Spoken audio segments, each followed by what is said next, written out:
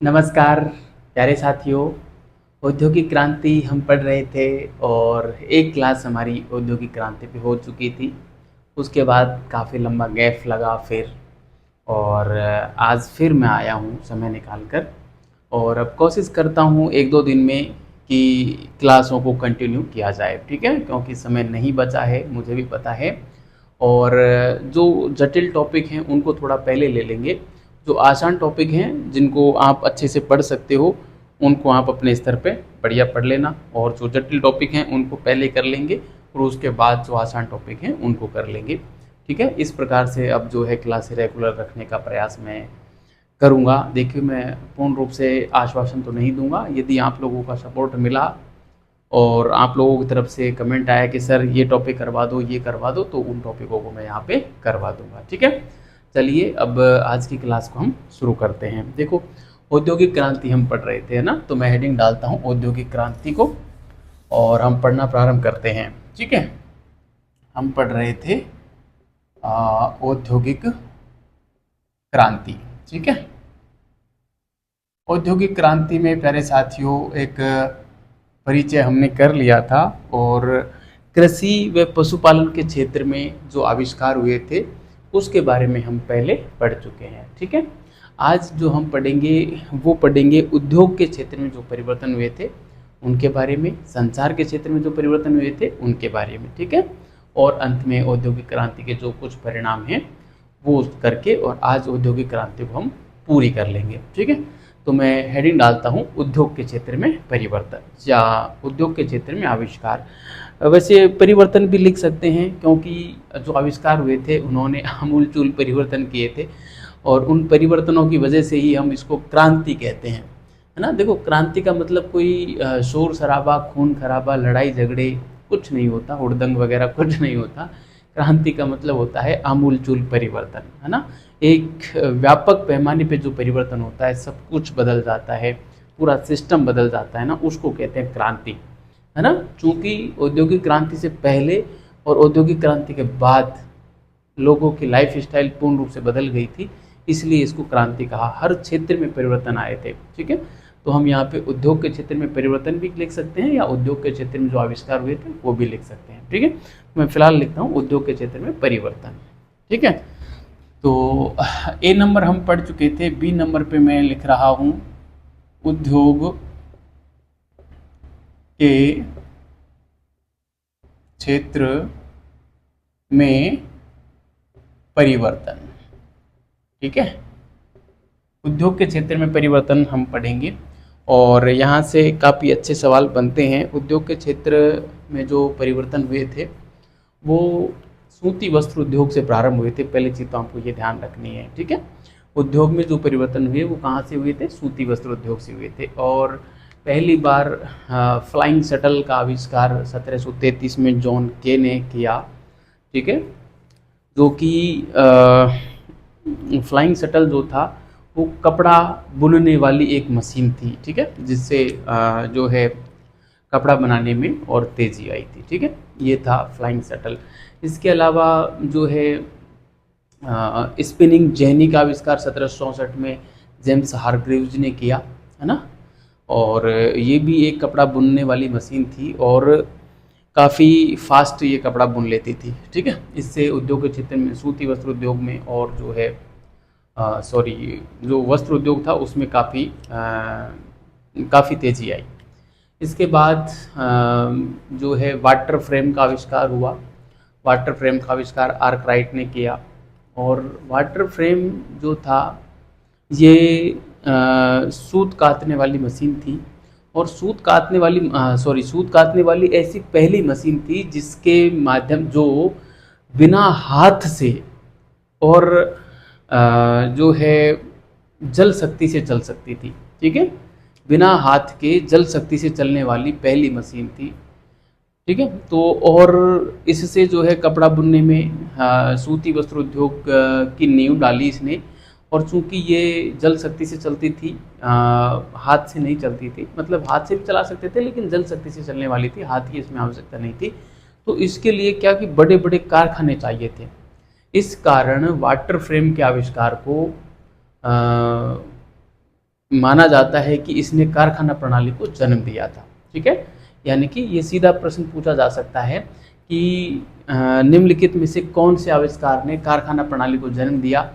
वहाँ पे 4 ऑप्शन आएंगे, फ्लाइंग शटल आएगा, जो है म्यूल आ सकता है ना, वाटर फ्रेम आ सकता है, और भी जो बहुत सारे हुए थे, पावर लूम वगैरह आ सकता है। ठीक है, तो आपको वाटर फ्रेम करना है। वाटर फ्रेम ने कारखाना प्रणाली को जन्म दिया था, इसलिए कुछ विद्वान वाटर फ्रेम को ही औद्योगिक क्रांति का प्रारंभ मानते हैं। ठीक है, इसके बाद में म्यूल आया। म्यूल म्यूल क्या होता है, एक खच्चर को म्यूल बोलते हैं, है ना, जिसमें स्पिनिंग जेनी और वाटर फ्रेम इन दोनों का जो मिश्रण था वो तैयार किया था, है ना, सैमुअल क्रॉम्पटन ने म्यूल में 1779 में। ठीक है, इसके बाद फिर जो है पावर लूम आया। पावर लूम का आविष्कार किया 1700 जो है पावर लूम का आविष्कार 1784 में किया था कार्टराइट ने। ठीक है, उसके बाद में एली व्हिटने ने कॉटन जिन का आविष्कार किया 1793 में, जो कपास से बिनौला अलग करती थी, है ना। तो इस प्रकार से काफ़ी सारे आविष्कार हुए। और 1725 में एक स्वचालित बुनाई मशीन का भी आविष्कार किया था।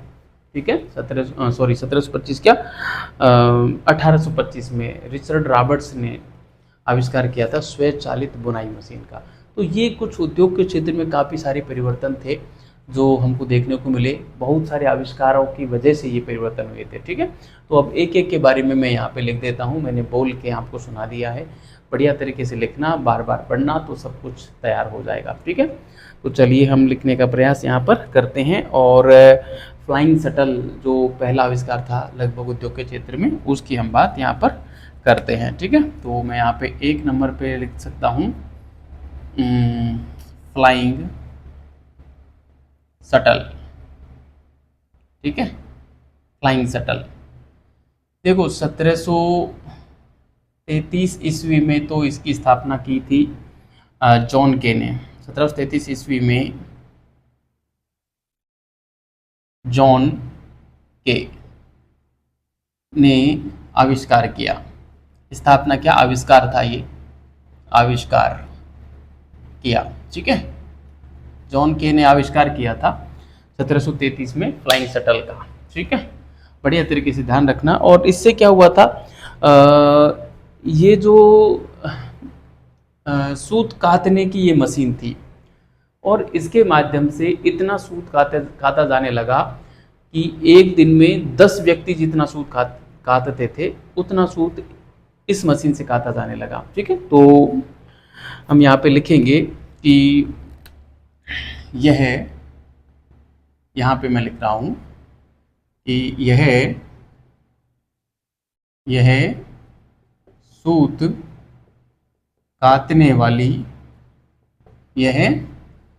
काटने वाली मशीन थी। सूत काटने वाली मशीन थी जो 10 जुलाहों के बराबर एक मशीन ही काम करती थी। एक मशीन ही कार्य करती थी। ठीक है, 10 जुलाहों के बराबर अकेली मशीन काम कर लेती थी फ्लाइंग शटल। ठीक है, 1733 ईस्वी में जॉन के ने इसका आविष्कार किया था। बढ़िया तरीके से आपको ध्यान में रखना है ये नाम, और जो है ये सन भी ध्यान रख लेना। ठीक है, इतना ही ध्यान रखना है, फ्लाइंग शटल का नाम ध्यान रखना है। ठीक है, बहुत अच्छे सवाल आते हैं यहाँ से। अब मैं दूसरे नंबर का आविष्कार लिखता हूँ यहाँ पे। दूसरे नंबर पे जो आविष्कार हुआ वो हुआ था हमारा स्पिनिंग जेनी का, है ना, स्पिनिंग जेनी।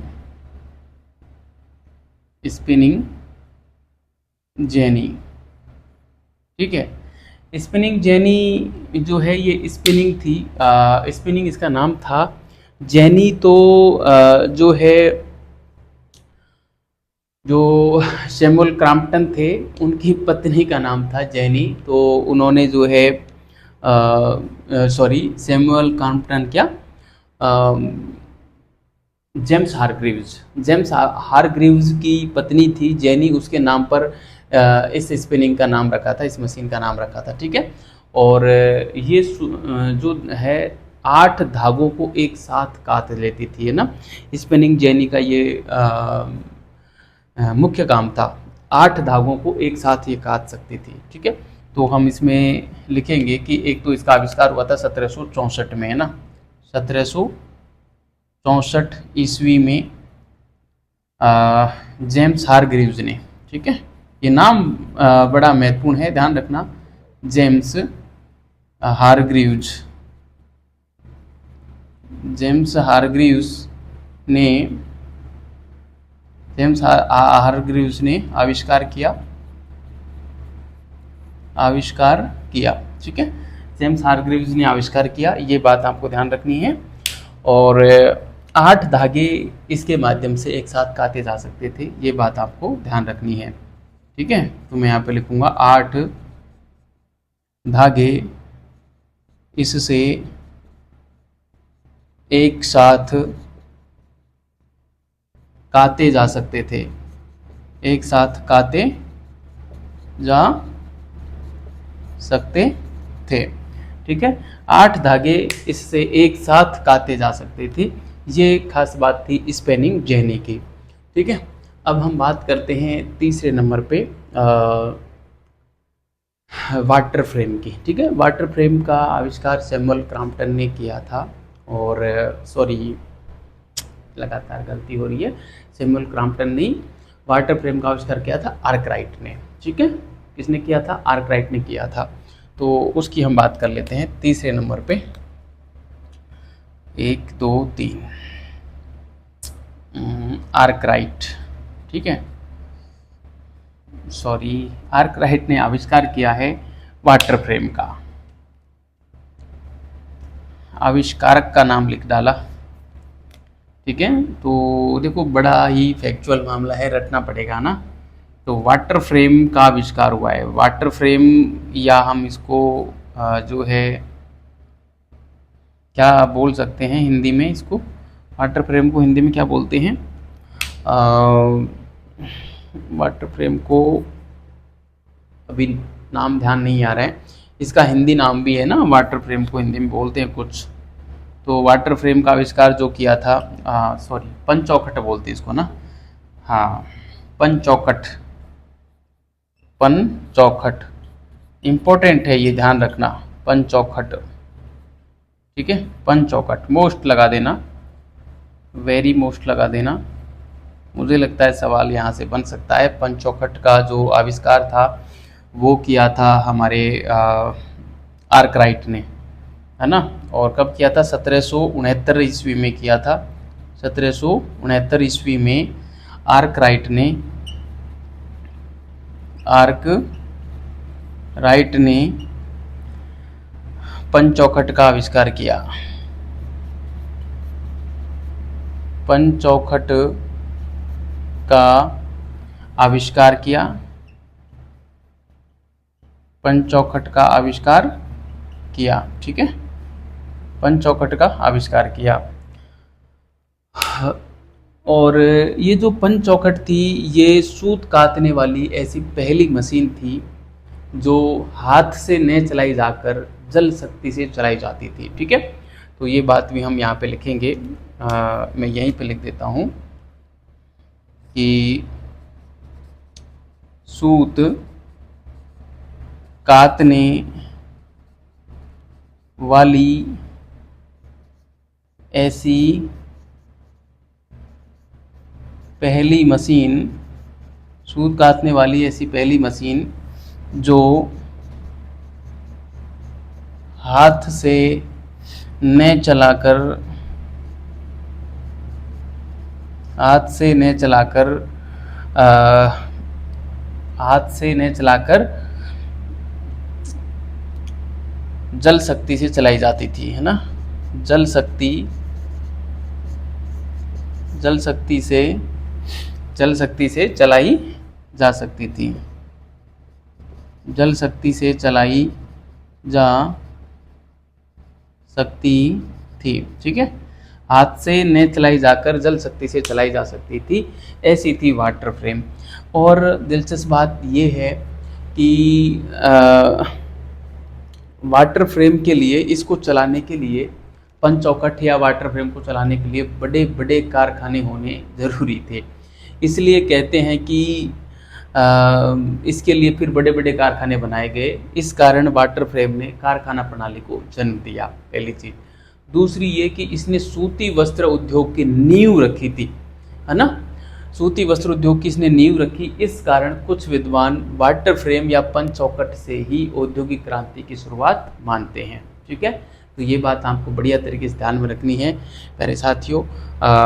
मैं इसको मिटा रहा हूँ, यहाँ पे थोड़ी कम जगह है, तो चलिए, जगह तो है अभी थोड़ी, चलो मैं इसको मिटा ही देता हूँ, अगली स्लाइड पे लिखता हूँ। वाटर फ्रेम के बारे में भी मैं एक लाइन और लिखूँगा ना, तो आप इसके नीचे लिखना। मेरा तो ये बोर्ड भर गया है, इसलिए मुझे इसको जो है मिटाना पड़ रहा है। ठीक है, तो बढ़िया से आप उतारें इसको, आपने वैसे उतार ही लिया होगा मेरे साथ साथ।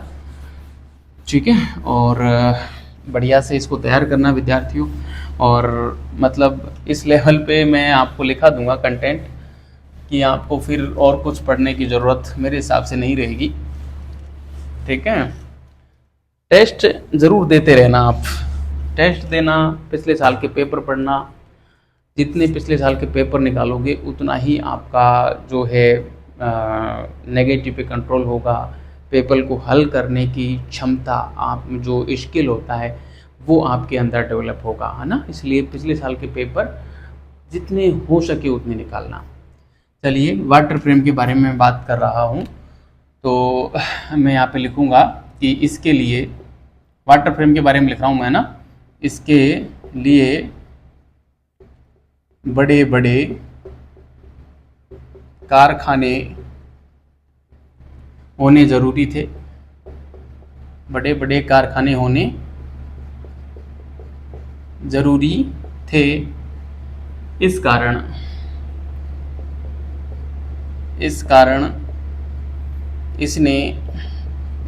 इसने कारखाना प्रणाली को जन्म दिया। इस कारण इसने कारखाना प्रणाली को जन्म दिया। इस कारण इसने कारखाना प्रणाली को जन्म दिया। ठीक है, और सूती वस्त्र उद्योग की नींव भी इसी ने रखी थी। तो इसी में एक लाइन और लिखें कि सूती वस्त्र उद्योग की नींव भी पंचचौखट ने ही रखी थी। इस कारण कुछ विद्वान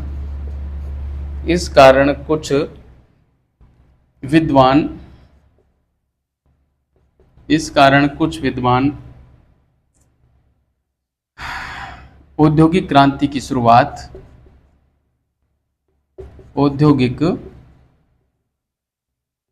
क्रांति की शुरुआत इसी से मानते हैं।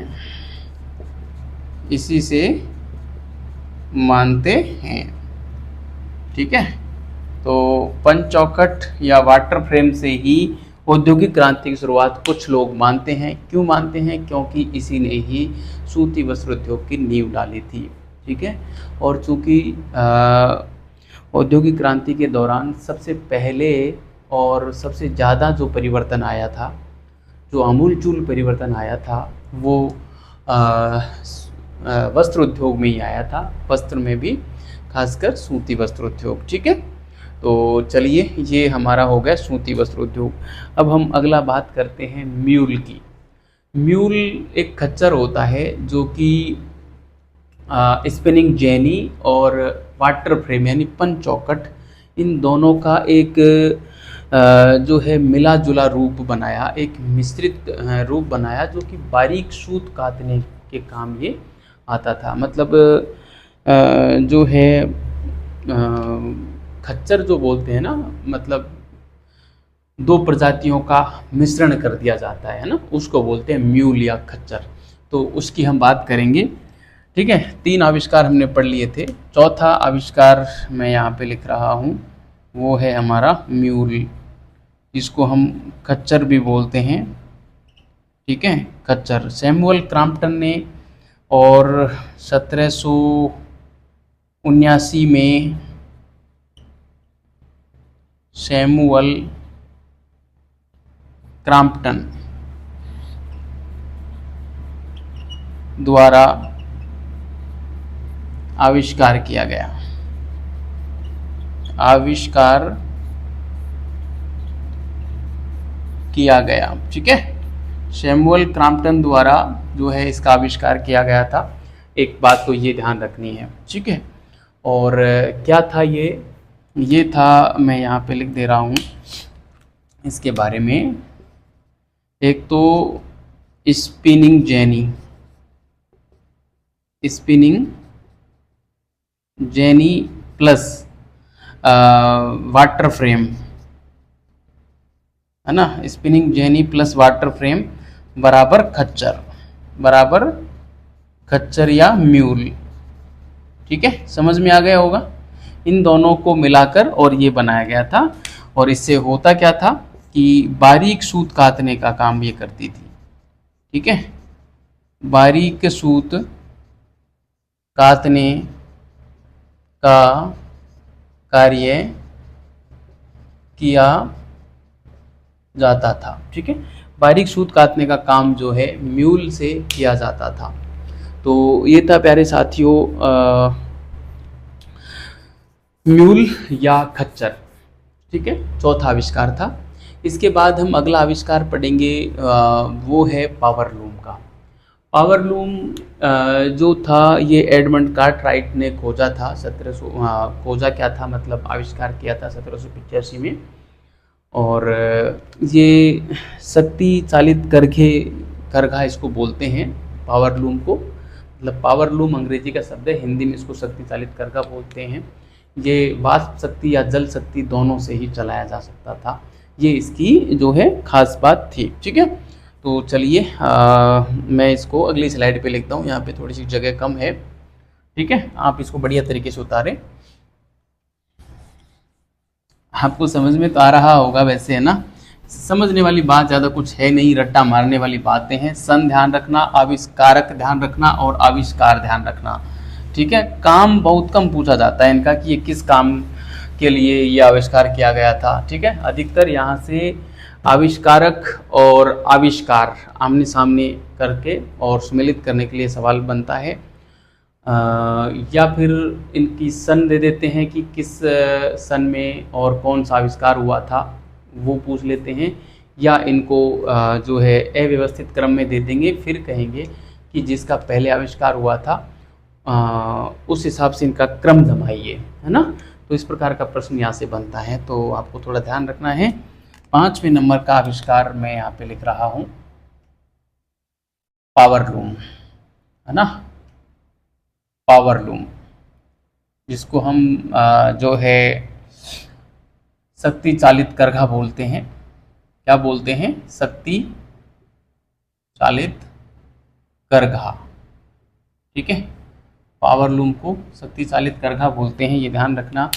और 1785 में इसका आविष्कार किया था कार्टराइट ने। ठीक है, 1785 में कार्टराइट द्वारा आविष्कार किया गया। विद्यार्थियों, आविष्कार और खोज में एक अंतर होता है। एक क्या मतलब बड़ा अंतर होता है आविष्कार में और खोज में। ठीक है, क्योंकि मैं अभी बीच बीच में 1-2 बार आविष्कार जब मैं बोल रहा था तो बीच बीच में खोज भी बोला गया, जो गलती से बोला गया। ठीक है, तो देखो खोज और आविष्कार में क्या अंतर होता है। खोज एक छोटी प्रक्रिया होती है, आविष्कार एक लंबी दीर्घकालीन प्रक्रिया होती है। खोज समाप्त हो जाती है। खोज छोटी प्रक्रिया क्यों है? क्योंकि ये एक निश्चित समय के बाद समाप्त हो जाती है। आविष्कार की प्रक्रिया दीर्घकालीन तक चलती रहती है, कभी समाप्त नहीं होती। अब आप कहोगे सर कैसे? तो देखो, खोज और आविष्कार में अंतर क्या है। जैसे ये पेन है, अब इस पेन का आविष्कार हुआ है या इस पेन की खोज हुई है? आप बताएं, कमेंट बॉक्स में कमेंट करना कि अभी जितने लोग देख रहे हैं इसको या बाद में देखेंगे। अभी वैसे मैं इसका जवाब दूंगा, लेकिन आप अभी की आपकी क्या स्थिति है? इस पेन का आविष्कार हुआ है या खोज हुआ है? कमेंट करना, ठीक है। अब मैं बताता हूँ कि इस पेन का क्या हुआ है। इस पेन का हुआ है आविष्कार, ठीक है। अब आप कहोगे सर खोज क्यों नहीं? देखो, अब ये पेन है, आविष्कार कर लिया गया, ठीक है। अब मैं इसको समझाता हूँ कि ये आविष्कार क्यों किया या इसकी खोज क्यों नहीं हुई। देखो, ये पेन है, अब मान लो ये मेरे पास से खो जाए, ठीक है, तो मैं इसको ढूंढने लगूंगा, ठीक है। मेरे पास ये था, खो गया, अब मैं इसको ढूंढ रहा हूँ और ढूंढते ढूंढते ये मुझे मिल गया। तो मिलने के बाद मैं क्या कहूँगा कि मैंने पेन का आविष्कार कर लिया, या मैं कहूँगा कि मैंने पेन को खोज लिया? मैंने पेन को खोज लिया, ठीक है। तो समझ में आ गया होगा कि खोज क्या है। खोज वो है जो पहले से कोई चीज़ उपस्थित हो लेकिन उससे हम परिचित नहीं हो, या कोई चीज़ हमारे पास हो लेकिन वो खो गई हो, तो उसको खोजना। और जैसे ये पेन खोया था और जैसे ये मिला, जैसे ही हमने इसको खोजा, इसको खोजने की जो प्रक्रिया थी वो समाप्त हो गई, ठीक। तो खोज एक छोटी प्रक्रिया हुई, है ना। और खोज क्या होती है? पहले से उपस्थित ज्ञान को खोजना, है ना। पहले से उपस्थित ज्ञान से मानवता को परिचय करवाना, ये तो होते ही है खोज। अब इसका हुआ था आविष्कार। पहली बार जब इसको बनाया गया तो ये आविष्कार था, चूंकि पहले से पेन उपस्थित नहीं था। पहली बार किसी ने इसको बनाया तो उसने खोजा नहीं था, इसको बनाया था। लेकिन जब प्रारंभ में पेन बनाया तो अब आप कहोगे सर इसकी प्रक्रिया पूर्ण हो जानी चाहिए। नहीं, आविष्कार कभी पूरा नहीं होता, क्योंकि जब पहली बार पेन बनाया गया था तो कैसे बनाया गया था आपको पता है? एक लकड़ी का टुकड़ा लेते थे, फिर उसको ऐसे काटते थे कि तिरछा बनाते थे, कलम बनाते थे आगे से, ना, पतली, फिर उसको स्याही में डुबोते थे, फिर लिखते थे, है ना। ऐसा पेन था शुरुआत में, तो वो भी एक पेन ही था, वो आविष्कार था वो भी, है ना। फिर उसका विकसित रूप आया, फिर हम धीरे धीरे लिखने लगे, है ना। सुरमी आई और उसको एक प्लास्टिक के जो है ढांचे में डाला गया और उसको हम पेन बोलने लगे। फिर देखो ये मार्कर आ गए और अच्छे मार्कर आ गए, यानी कि इसका लेटेस्ट वर्जन लगभग आते रहे, हर काल में आते रहे हैं, है ना, और भविष्य में भी आते रहेंगे। तो वो है आविष्कार, ठीक है। तो आविष्कार कभी भी पूरी होने वाली प्रक्रिया नहीं है, लगातार चलती रहती है। जैसे हमने मोबाइल देखे, कंप्यूटर देखे, आरंभिक जो कंप्यूटर था कितना विशाल था, एक बड़े कमरे में आया था। आज मोबाइल भी एक कंप्यूटर है जिसको हम जेब में लेके घूम रहे हैं, है ना। आप क्लासें देख रहे हो और मैं क्लास रिकॉर्ड कर रहा हूँ और आप तक भेज रहा हूँ, ये सब किसका परिणाम है? कंप्यूटर का। जबकि एक ज़माना ऐसा था जब 1940 में कंप्यूटर आया, 1940-50 के दशक में, तो वो एक कमरे में सेट होता था, इतना विशाल कंप्यूटर होता था। तो कंप्यूटर की प्रक्रिया जो लगातार अभी चल रही है वो है आविष्कार, है ना। और जैसे अभी मैंने खोज के बारे में बताई दिया, ठीक है। तो चलो, बहुत लंबी वार्ता हो गई, लेकिन बहुत अच्छी वार्ता है। ऐसे प्रश्न साक्षात्कार में पूछे जाते हैं कि खोज और आविष्कार में क्या अंतर है, तो ये बड़ा अंतर है, आप लोगों को आना चाहिए। चलिए मैं यहाँ पे बात करता हूँ। हाँ, 1785 में कार्टराइट द्वारा आविष्कार किया गया था पावर लूम का, और इसको वाष्प शक्ति या जल शक्ति दोनों से चलाया जा सकता था, ठीक है। तो मैं यहाँ पे लिखूंगा इसको वाष्प शक्ति या जल शक्ति दोनों से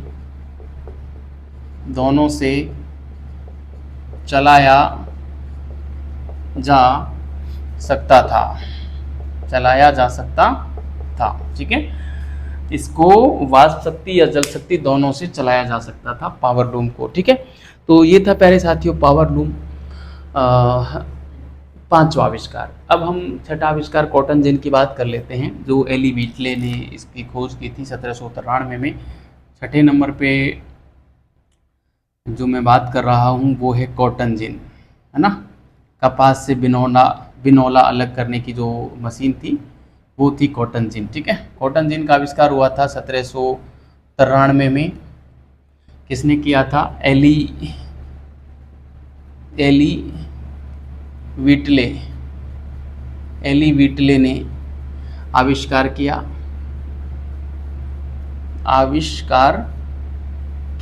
ठीक है, एली व्हिटले ने आविष्कार किया था कॉटन जिन का। क्या थी ये? कपास से बिनौला अलग करने की मशीन, है ना। कपास से बिनौला अलग करने की मशीन। ठीक है, कपास से बिनौला अलग करने की मशीन थी कॉटन जिन, जिसका आविष्कार 1793 में एली व्हिटले ने किया था। ठीक है, और ये कुछ प्रमुख मशीनें थी। इसके अलावा एक स्वचालित बुनाई मशीन का आविष्कार रिचर्ड रॉबर्ट्स ने 1825 में किया था, वो भी काफ़ी महत्वपूर्ण है। तो स्वचालित बुनाई मशीन की भी मैं बात करूँगा यहाँ पे 7वें नंबर पे। ठीक है, स्वचालित बुनाई मशीन। ठीक है, स्वचालित बुनाई मशीन जो थी 1825 में जो है रिचर्ड रॉबर्ट्स के द्वारा खोजी गई।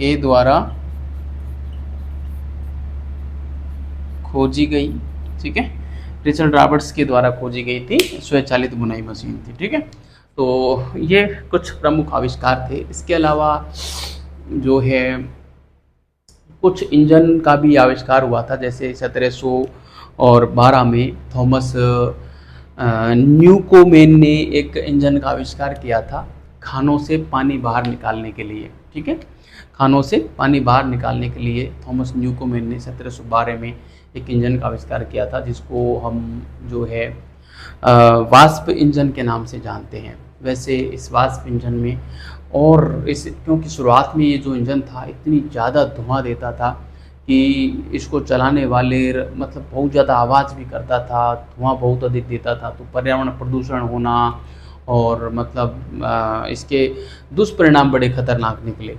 इस वजह से फिर इसको 1769 में जाके जेम्स वाट ने इसको और सुधारा और इसका एक जो है अधिक उपयोगी और खर्चीला भी कम ऐसे इंजन का आविष्कार फिर जो है जेम्स वाट ने 1769 में किया था। ठीक है, तो इसकी मैं बात कर लेता हूँ यहाँ पे 8वें नंबर पे जो है वाष्प इंजन की बात मैं यहाँ पे कर लेता हूँ। ठीक है, वाष्प इंजन। ठीक है, वाष्प इंजन खानों से पानी बाहर निकालने के लिए इसका आविष्कार किया था। तो मैं यहाँ पे लिखूँगा सबसे पहले तो 1712 में,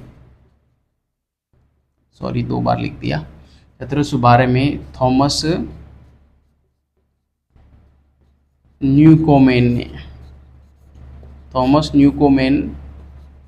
ने आविष्कार किया।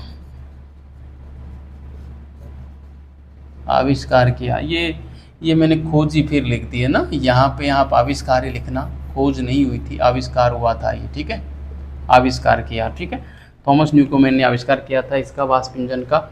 और क्यों किया था? क्योंकि खानों से पानी बाहर निकालने के लिए, है ना, खानों से पानी बाहर निकालने के लिए। ठीक है, खानों से पानी बाहर निकालने के लिए थॉमस न्यूकोमेन ने वाष्प इंजन का आविष्कार किया था 1769 में। इसी इंजन को और मॉडिफाई किया और कम खर्चीला व अधिक उपयोगी इसको बनाया जेम्स वाट ने। ठीक है, तो मैं यहाँ पे लिखना चाहूँगा जेम्स वाट, है ना, ये टमाटर वाला है। जेम्स वाट ने 1769 में इसे और अधिक उपयोगी व कम खर्चीला, कम खर्चीला बनाया, यानी कि इसके दोषों को दूर किया था, है ना। ये जो इंजन था, मतलब थॉमस न्यूकोमेन के इंजन के दोषों को दूर किया था ना जेम्स वाट ने। ये बात आपको बढ़िया तरीके से ध्यान में रखनी है, ठीक है। और इसके अलावा जो है कोक बनाने की विधि भी यहाँ पे खोजी गई थी, है ना।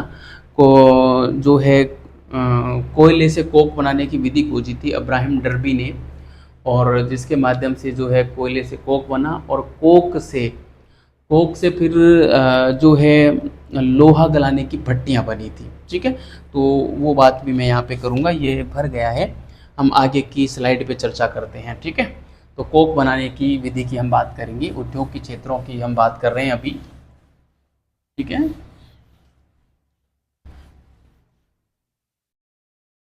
तो इनको विद्यार्थियों बार बार पढ़ोगे ना तो ये सारी चीज़ें याद हो जाएंगी। तथ्यात्मक है, कंसेप्ट इसमें है नहीं, हर चीज़ को रटना ही पड़ेगा, ठीक है। जैसे हमारी जो पुस्तक है ऑब्जेक्टिव वाली, उसमें मैंने बहुत ही बढ़िया तरीके से टेबल बना रखी है, उस टेबल को देख के चले जाना। वो एक पेज में ही टेबल है, और उस एक पेज से एक प्रश्न छपेगा, तय है ना। तो बढ़िया तरीके से उसको पढ़ना, आपका काम हो जाएगा। वैसे मैं यहाँ पे काफ़ी डिटेल में करवा रहा हूँ, मैं तो विवरण भी लिख रहा हूँ उसके बारे में, एक दो लाइन, इतना ही आता है, इससे ज़्यादा आता भी नहीं है, ठीक है। तो कोलतार जो है, कोलतार क्या, कोक बनाने की प्रणाली खोजी थी अब्राहम डर्बी ने, ठीक है। 8 शायद हमने देख लिए थे, 9वां मैं लिख रहा हूँ यहाँ पे। तो कोक बनाने की विधि, कोक बनाने की विधि, ठीक है, ठीक है। तो कोक बनाने की विधि खोजी थी अब्राहम डर्बी ने, कोयले से कोक, है ना। अब्राहम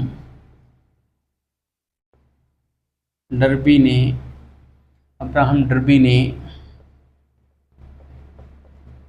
कोयले से कोक बनाने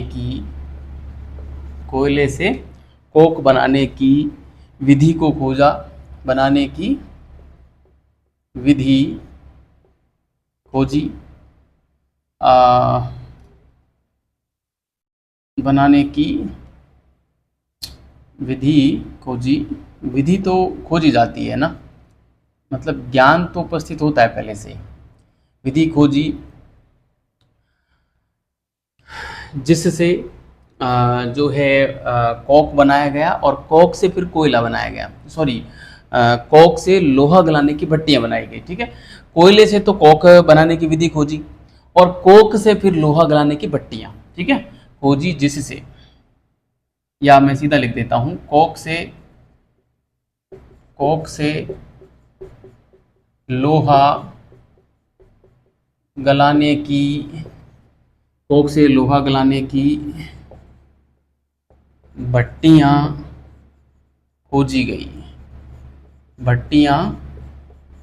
ठीक है। तो ये था प्यारे साथियों, जो है कोक बनाने की विधि की हमने यहाँ पे बात की, ठीक है। इसके अलावा हेनरी कोर्ट का भी नाम यहाँ पे लिया जाता है, जिसने पडलिंग विधि खोजी थी, है ना। पडलिंग विधि में क्या था कि जो लोहा होता था उसको शुद्ध किया जाता था, अच्छा व शुद्ध लोहा बनाने की विधि थी पडलिंग विधि, ठीक है। जिसको जो है हेनरी कोर्ट ने 1700 करीब 84-85 के आसपास जो है खोजा था, ठीक है।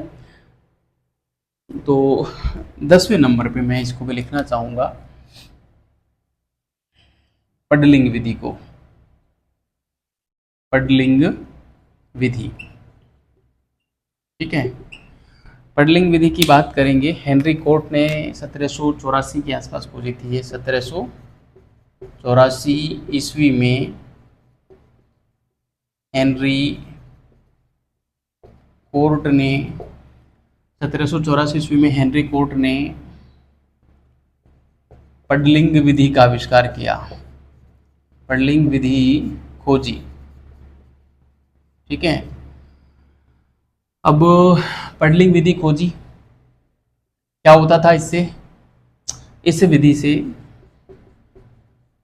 इस विधि से अच्छा व शुद्ध लोहा तैयार किया जाता था, किया जाता था। अच्छा व शुद्ध लोहा पडलिंग विधि के माध्यम से तैयार किया जाता था, यह यहाँ पे ध्यान रखना है, ठीक है। इसके अलावा 1856 में हेनरी बेसेमर ने और जो है जल्दी एवं सस्ता इस्पात बनाने की विधि खोजी, है ना। इस्पात आपको पता ही है, तो उसकी भी बात मैं यहाँ पे कर लेता हूँ। 10 हो गए, 11वें नंबर पे जो है मैं यहाँ पे इस्पात, 11वें नंबर पे मैं यहाँ पे लिख देता हूँ, मैं सीधी लाइन ही लिख देता हूँ, ठीक है। 1856 में, 1856 ईस्वी में हेनरी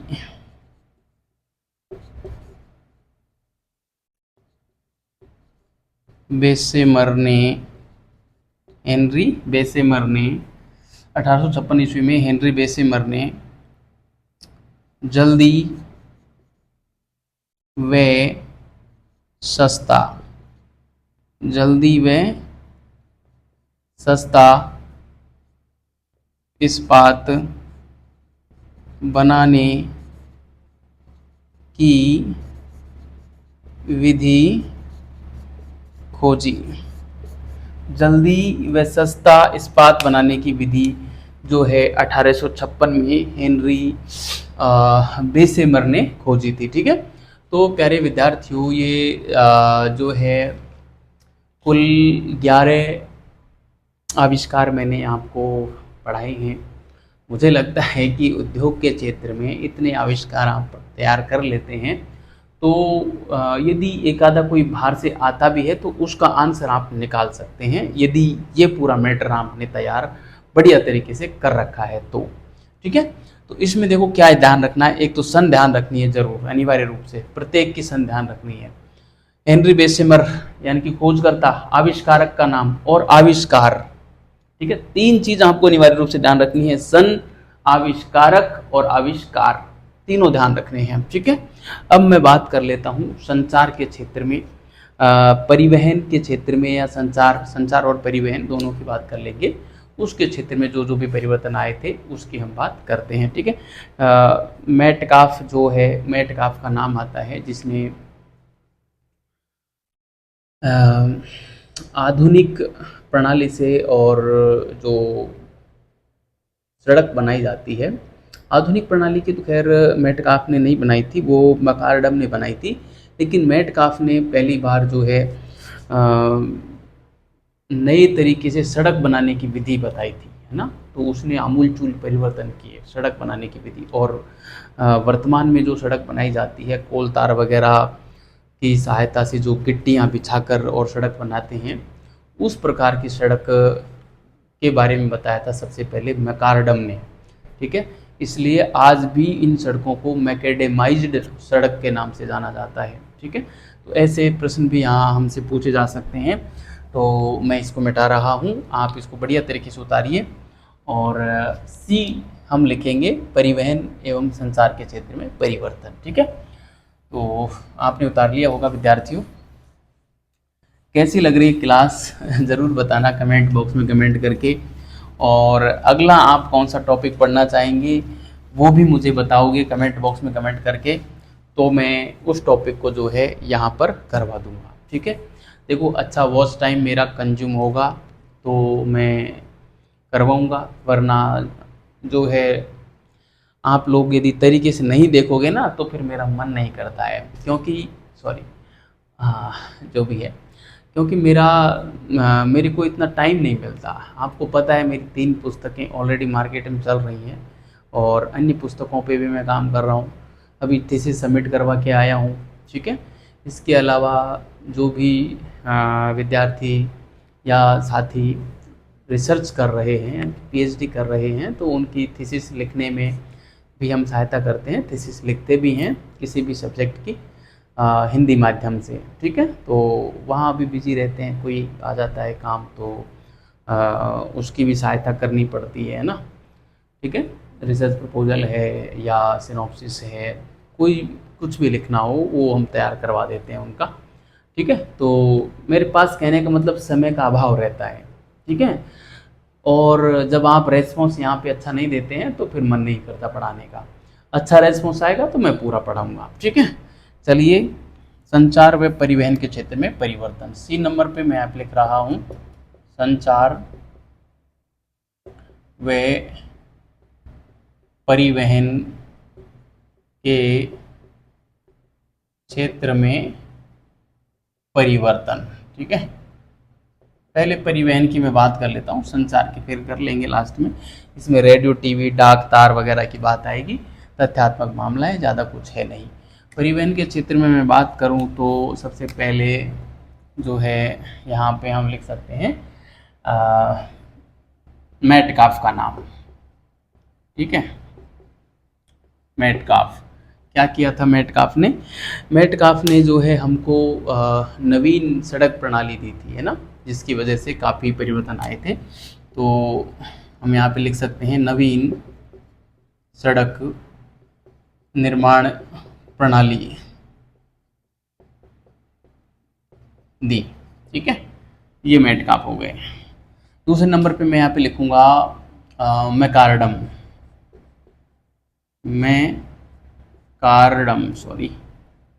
मैकार्डम, ठीक है। मैकार्डम ने जो है आधुनिक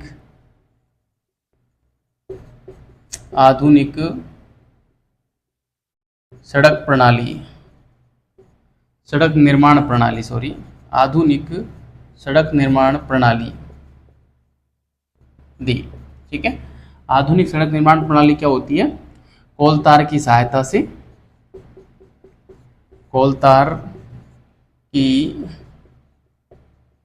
सहायता से गिट्टियां बिछाकर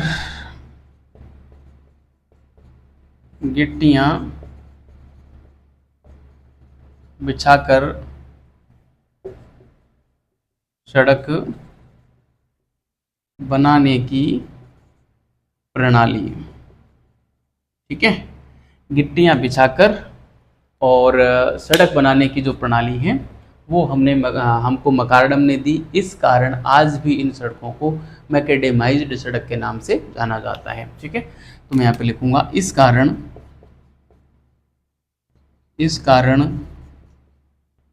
आज भी इन सड़कों को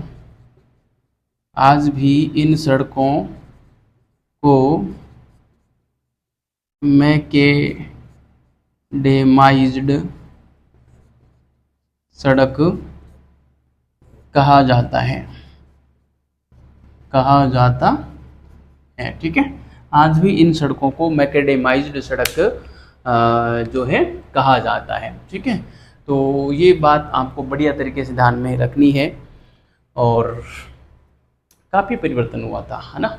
इसके अलावा जो टेलफोर्ट है, टेलफोर्ट ने सड़क के किनारे नालियां बनाने की पहली बार जो है विधि हमको बताई, जिसकी वजह से सड़क पे पानी नहीं भरता था। सड़क का पानी पूरा नाली में और नाली के माध्यम से पानी एक जगह चला जाता था और हमारी सड़कें टूटती नहीं थी, है ना। तो टेलफोर्ट ने जो है नालियां बनाने की प्रणाली का आविष्कार किया था। तो मैं यहाँ पे लिख रहा हूँ टेलफोर्ट का नाम, है ना, टेलफोर्ट, ठीक है। टेलफोर्ट ने क्या किया? सड़कों के किनारे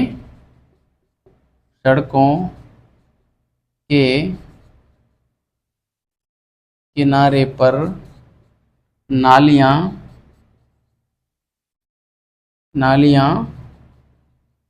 बनाने की प्रणाली बताई, ठीक है। टेलफोर्ट का नाम ध्यान रखना, ये अच्छा नाम है, पूछा जा सकता है, ठीक है।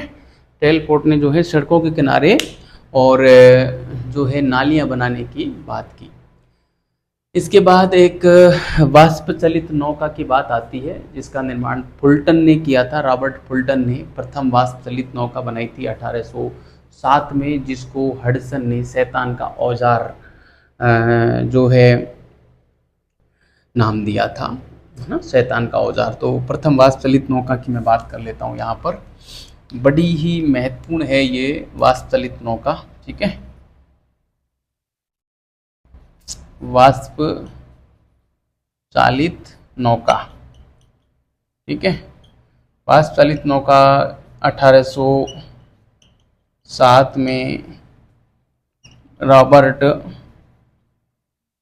फुल्टन, ठीक है, रॉबर्ट फुल्टन ने बनाई, ठीक है, रॉबर्ट फुल्टन ने बनाई थी। और इसको क्या कहा जाता है? शैतान का औजार, शैतान का औजार कहा जाता है, ठीक है। और मुझे लगता है शैतान का औजार इसको जो कहा था वो विद्वान का नाम हडसन था, ठीक है। क्या नाम था? हडसन था। पर इसको आप थोड़ा सा देख लेना, इसमें मेरे को शंका है एग्जैक्टली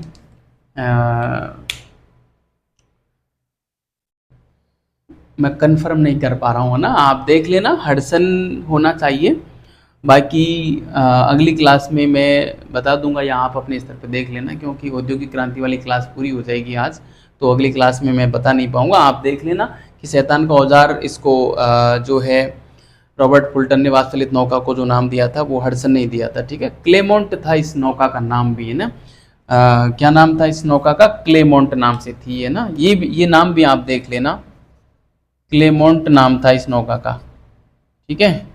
प्रथम वाष्पचलित नौका का नाम क्या था? क्लेमोंट था। ये जो हमारी पुस्तक है ना, ऑब्जेक्टिव वाली, मेरी वाली पुस्तक, जो गणपत जी के साथ में आई थी, गणपत जी का नाम था, उसमें काम पूरा हमने किया था, तो उसमें ये सब कुछ दे रखा है, आप देख लेना, ठीक है। तो ये था प्यारे साथियों संचार या सॉरी परिवहन के क्षेत्र में जो परिवर्तन थे।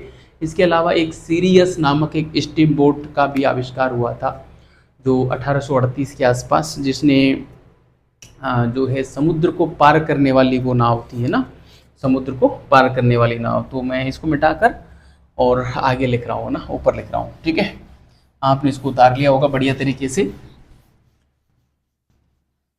प्यारे साथियों, आज की क्लास से मुझे लगता है एक सवाल पक्का आएगा, ठीक है। तो आपको किसी भी प्रकार से कोताही नहीं बरतनी है, बढ़िया तरीके से चीज़ों को ध्यान में रखना है, ठीक है। सीरियस नामक एक स्टीम बोट की मैं बात कर रहा हूँ, सीरियस, ठीक है। सीरियस नामक स्टीम बोट का आविष्कार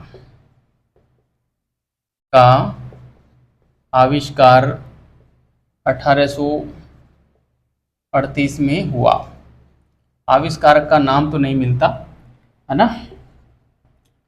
समुद्र पार करने वाली बोट, समुद्र पार करने वाली बोट थी ये, ठीक है। समुद्र पार करने वाली बोट थी, सीरियस नाम था इसका। ये ध्यान रखना, कई बार जो है नाम भी यहाँ पर पूछ लेते हैं, ठीक है। तो ये प्रमुख प्रमुख थे प्यारे साथियों आविष्कार जिसकी मैंने बात की। इसके अलावा एक भाप इंजन वाला रॉकेट का भी आविष्कार हुआ था 1800 करीब 12-13 के आसपास हुआ था। उसका आविष्कार किया था स्टीफेंसन ने, है ना। जिससे पहली, आपको पता हो, जिससे पहली बार जो इंग्लैंड में मैनचेस्टर व लिवरपूल के बीच में जो रेलगाड़ी चली थी वो उसी रॉकेट से चली थी, है ना। गला बैठ गया है अब ओहो सॉरी। चलिए, क्लास सब पूरी भी होने को है। यहाँ पे मैं लिखता हूँ, क्या लिखा रहा था, वाष्प इंजन रॉकेट, वाष्प इंजन रॉकेट का आविष्कार, वाष्प इंजन रॉकेट का आविष्कार जॉर्ज स्टीफेंसन ने किया था। जॉर्ज स्टी सॉरी जॉर्ज स्टीफेंसन ने किया था। कब किया था? 1812 के आसपास किया था, ध्यान रखना ना, 1812 को किया था। और इसी से ही पहली रेल गाड़ी इसी से चली, इसी से चली। कब चली थी ये? 1830 में चली थी। कहाँ चली थी? इंग्लैंड में चली थी। और इंग्लैंड में भी मैनचेस्टर से, और जो है लिवरपूल के मध्य ये गाड़ी चली थी। ठीक है, मैनचेस्टर से लिवरपूल के मध्य इंग्लैंड में 1830 में यह रेलगाड़ी चली थी। ठीक है, तो ये इतना आप बढ़िया तरीके से ध्यान रखना। स्टीफेंसन ने 1812 के आसपास जो है 1812 ही है ये, शायद पिछली बार असिस्टेंट प्रोफेसर में पूछा भी गया था ये वाला सवाल, तो आपको बढ़िया तरीके से ध्यान में रखना है। ठीक है, इसके अलावा जो है स्वेज नहर का निर्माण फर्डिनेंड ने करवा दिया था 1869 में, है ना, तो वो भी आप ध्यान रखना। वैसे स्वेज नहर का तो सभी को पता ही होगा वैसे, है ना। स्वेज नहर का निर्माण 1869 में जो है फ्रांसिस डी लेसेप ने किया था ना। फ्रांसिस डी लेसेप ने किया। ठीक है, फ्रांसिस डी लेसेप ने किया था, इम्पोर्टेंट नाम है, ये भी ध्यान रखना, 1869 में। ठीक है, स्वेज नहर, जो कि ये जो स्वेज नहर जो थी ना वो भूमध्य सागर को लाल सागर से जो है ये जोड़ती थी। ठीक है, तो ध्यान रखना, ये भी कई बार पूछ लेते हैं।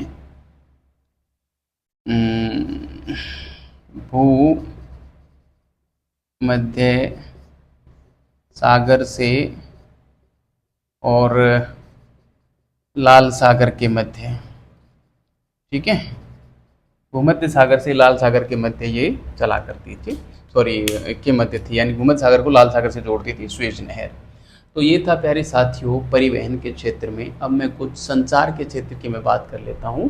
ठीक है, आप इसको उतारें, मैं इसको मिटा रहा हूँ, और अब जो है आगे की चर्चा हम करते हैं। ठीक है, तो ये लीजिए, ये मैंने इसको मिटा दिया है, और संचार के क्षेत्र में जो परिवर्तन हुए उनकी हम बात यहाँ पर कर लेते हैं। ठीक है,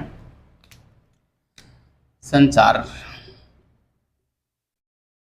तो संचार में देखो एक तो आता है सबसे पहले हमारा डाक, है ना। डाक व्यवस्था जो थी ये 1840 में रोलैंड हिल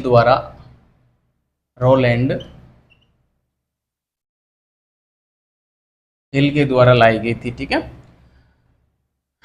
डाक व्यवस्था रोलैंड हिल के द्वारा लाई गई थी 1840 में, ये ध्यान रखना। और तार यंत्र सॉरी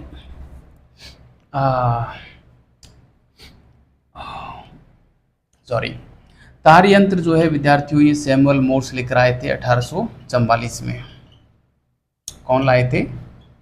सैमुअल मोर्स। ठीक है, सैमुअल मोर्स जो है तार यंत्र लाए थे। इसके अलावा टेलीफोन की मैं बात करूं, टेलीफोन तो 1876 में ग्राहम बेल, है ना, ग्राहम बेल लाए थे। कहते हैं कि ग्राम बेल की जो प्रेमिका थी उसका नाम हेलो था। तो पहली बार इसने टेलीफोन से बात अपनी प्रेमिका से की और उससे कहा हेलो। तो तभी से हम हेलो बोलते हैं ना, फ़ोन जब हम किसी को मिलाते हैं तो हेलो, है ना, ये परिपाटी चल पड़ी, वरना हेलो शब्द का कोई अर्थ नहीं है, ऐसा माना जाता है। ठीक है, इसके पीछे भी कोई खास तथ्य मेरे पास नहीं है कि आप तथ्य मांगने लगो कि सर बताइए, तथ्य बताइए, तो ऐसा कुछ है नहीं। ठीक है, तो ये हो गया। रेडियो का मार्कोनी ने किया था, है ना, रेडियो का किसने किया था? मार्कोनी ने 1901 में किया। और टेलीविज़न का जो है J.L. बियर्ड ने किया, J.L. बियर्ड। ठीक है, J.L. बियर्ड ने किया था करीब 1900 से बाद की बात है, 1924-25 की बात है। और हवाई जहाज़ का 1903 में ओलिवर व बिल्वर नामक बंधु थे, है ना, ओलिवर व बिल्वर बंधु भाई थे दोनों, इन्होंने किया था। ठीक है, तो ये था प्यारे साथियों औद्योगिक क्रांति का प्रसार क्षेत्र की हमने बात कर ली। और इसका क्या प्रभाव पड़ा, तो प्रभाव तो आप देख ही सकते हैं कि जो घरेलू उद्योग थे वो नष्ट हो गए, है ना, और घरेलू उद्योग नष्ट हो गए और उसके स्थान पर नए उद्योग जो है वो पनपे। ठीक है, तो मैं यहाँ पे लिख सकता हूँ, वैसे प्रभाव की मैं बात करूँ, प्रभाव तो घरेलू जो उद्योग थे वो क्या हो गए, नष्ट हो गए। ठीक है, और नए औद्योगिक केंद्र बने। ठीक है, घरेलू उद्योग नष्ट हुए, नए औद्योगिक केंद्र बने। इसके कारण समाज में दो वर्ग बने, है ना, समाज में दो वर्ग बने। कौन कौन से दो वर्ग बने? एक तो बना स्वामी वर्ग, स्वामी, और एक बना सर्वहारा। ठीक है, स्वामी का मतलब है जो उद्योगों का मालिक था वो, और उद्योगों में काम करने वाला सर्वहारा वर्ग। ठीक है, संयुक्त परिवार समाप्त हुए, है ना, संयुक्त जो परिवार थे वो यहाँ पर समाप्त हो गए और एकाकी परिवार बने, एकाकी परिवार बने। इसके अलावा और क्या क्या प्रभाव पड़ा? इसके अलावा जो मैं प्रभाव हैं उनकी मैं बात करूं तो जैसे उपनिवेशवाद बढ़ा, है ना, उपनिवेशवाद बढ़ा, साम्राज्यवाद बढ़ा। उपनिवेशवाद और साम्राज्यवाद दोनों एक ही बात है, बढ़ा। ठीक है, ये बढ़े। सैन्यवाद बढ़ा, सैन्यवाद बढ़ा। ठीक है, तो ये सारे समाजवाद भी बढ़ा था, पूंजीवाद बढ़ा था, है ना। उपनिवेशवाद के कारण जो है हमेशा पूंजीवाद बढ़ता है। ठीक है, पूंजीवाद को बढ़ावा मिला। ठीक है, पूंजीवाद को बढ़ावा मिला और ये समाज में दो वर्ग बने, ये इसके कारण ये संयुक्त परिवार, ये इसके लिए समाजवाद को भी यहाँ पे जो है बढ़ावा मिला था। ध्यान रखना, समाजवाद भी बढ़ा। ठीक है, तो ये थे प्यारे साथियों इसके कुछ प्रभाव जिसकी मैंने बात यहाँ पे की, और भी बहुत सारे प्रभाव थे, आप निकाल सकते हैं इसके प्रभावों को, इतना यदि सब कुछ आपने पढ़ा है तो। चलिए प्यारे साथियों, मिलते हैं एक नए टॉपिक के साथ। कौन सा टॉपिक होगा ये आप तय करेंगे, कमेंट बॉक्स में कमेंट करके बताएंगे, उसी टॉपिक को मैं अगला यहाँ पे पढ़ा दूंगा। धन्यवाद।